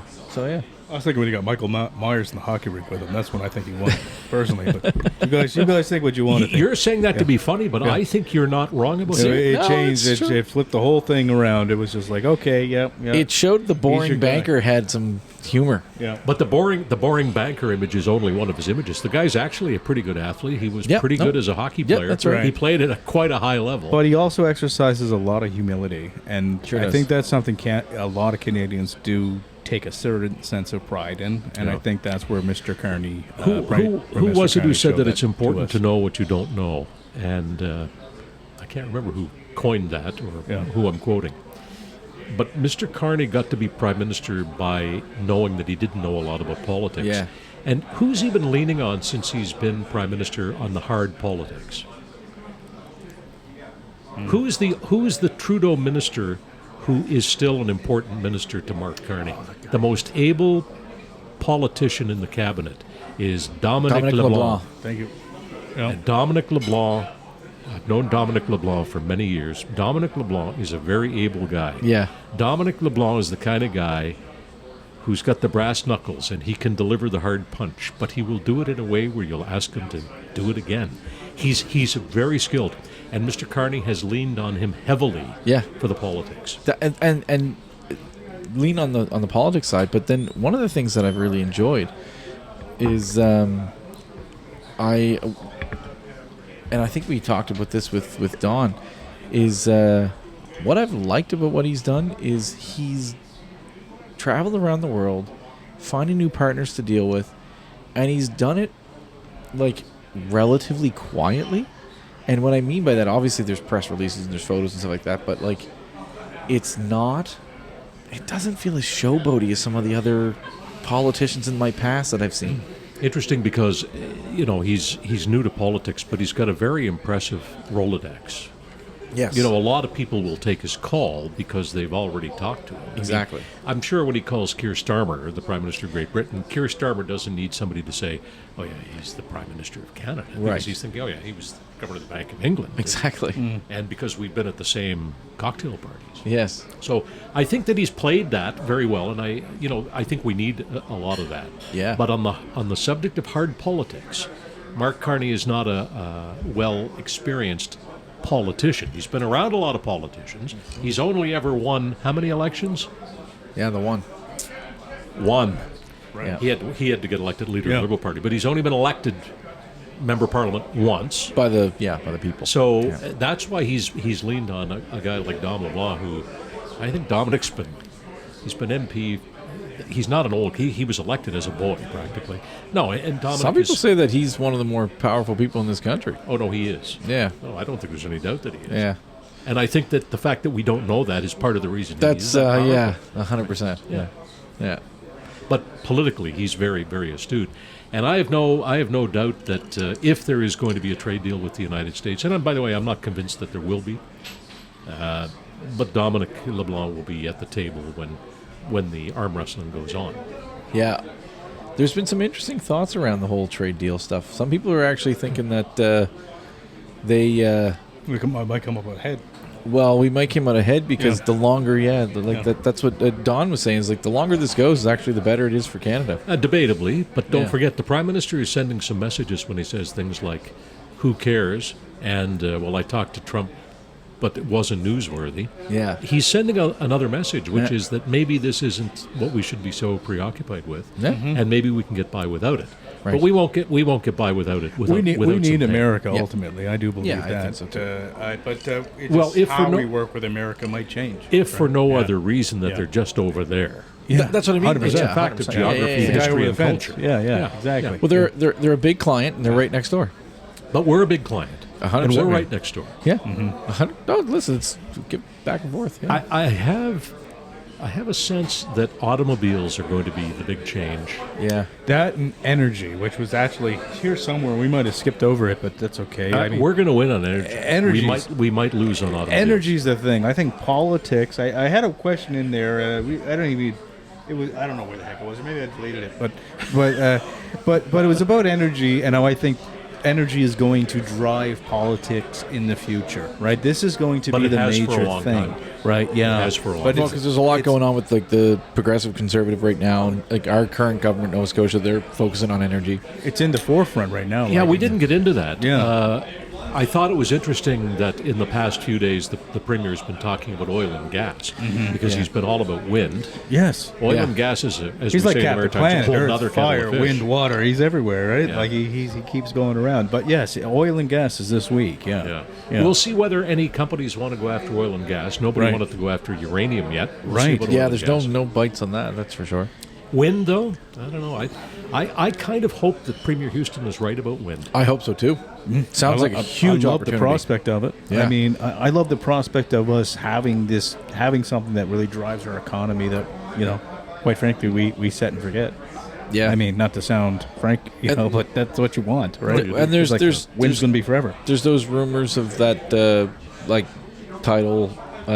Like hydro might be back into talk again. Back in the conversation. I know it's been difficult, but Yeah, well, I mean, the curiosity there is that the reason the tidal power hasn't worked is because the tides are too strong. powerful. Yeah. That's an engineering problem. I agree. I'm sure you guys know some engineers. Engineers love problems like this. They do. And you know what? They'll figure that out. right. I hope they do because They will. Yeah. Like every day could probably power this entire province, like no problem. No question. Yeah, the power, the force that comes in through the Bay of Fundy. Well, don't forget we had a little demonstration project down there in Annapolis Royal. We've had tidal power in Nova Scotia. Tidal power isn't theoretical. No, it's not theoretical. The question is it possible at the high level? We've had some damaged equipment and eaten up fish and all this other problems that we need to figure out. But once someone figures it out, I think that's a renewable energy that Nova Scotia could be like. Canada could light up the globe if we can figure that out. Cheers to that. But better that we go with tidal power and wind and sun. That's not super efficient. The sun doesn't always come out. That's true. It's true. That's true. Yeah. That'd be maritime luck, You build a whole solar power system or something, and you just get no sun for a year. Yeah. That'd be true maritime For a luck. year. Yeah. No more They droughts. just go away that year. Yeah. But A year. Yeah. Well, sometimes it seems like a year. Yeah. Steve, this has been awesome. Awesome. Yeah. I want to say that I didn't want to say anything because I did not want to stop this episode. You're our longest episode of the year. Well, maybe you should edit Ever. this. No, not happening, my friend. Oh, well, listen. But thank you so much. Thank you for coming back with us, closing out the year. I hope we can talk to you again sincerely in 2026. I enjoyed it. And by the way, I had tremendous feedback the last time. Awesome. Yeah. Good. Yeah. Awesome. What did they say? Did they say that young guy needs to learn some journalistic skills? Did they say anything about Matt or I? We need to shut up a little more. Stop Are we interrupting going to edit you. this? No. No. Keep it in. I got to learn. It's always interesting You should to give me us give us a compass. Yeah. what people actually hear and what they listen to. Yeah. And for me, it's always a valuable metric to know that people. Well, I heard you on the Afternoon Pint podcast, or I heard you cool. on the Todd Vino show, or I saw your piece on TV. To me, that's more valuable than ratings because it takes. First of all, somebody has to actually hear it or see it. That's fair. And the second thing is they actually have to come up to you out of the blue and tell you. Yeah. So that matters to me. Cool. Anyway, it's great. So anything we should fix for next year? You think? You mean on the podcast or Matt and I, Yeah, the way whatever. we're going. Give us something to work with. No, Because a little Listen, bit you of guys a. are doing. Do your listeners know you're doing well, and that's important, and I think that's great because finding an audience in the podcast universe is not easy, as you guys well know. There are millions of podcasts. Yes, there really are. and some of them are listened to by 3 people, Yes. Right. Yeah. and sometimes 2 of the 3 are the people who did the podcast. So if you can make a business case for your podcast, you're doing something right, and you are. So good on you. Thank you so much. Yeah, thank you. And thank you so much if you're still listening to the super long episode. We totally appreciate it. Yes. We appreciate you. Christmas Daddies. Cheers to 2025. Please check out and support the Christmas Daddies. It's one of the best charities maybe ever going in Nova Scotia. And I guess the last bit is we have one more episode. It's just our Christmas special, which is not an interview guest. It's just a very terrible, what should I say, revamp of a Christmas Carol radio show done by Matt, myself. Do you give sarcastic gifts to people and things? Oh, yeah. Swing Entertainment's in that one, and Laura Fleming. Yeah. Please join in and hear that last one. Thank you so much, guys, and have a great one. Cheers to all. Cheers. Cheers. Murphy. Thank you, gentlemen. Thank you for listening. Thank you. Thanks.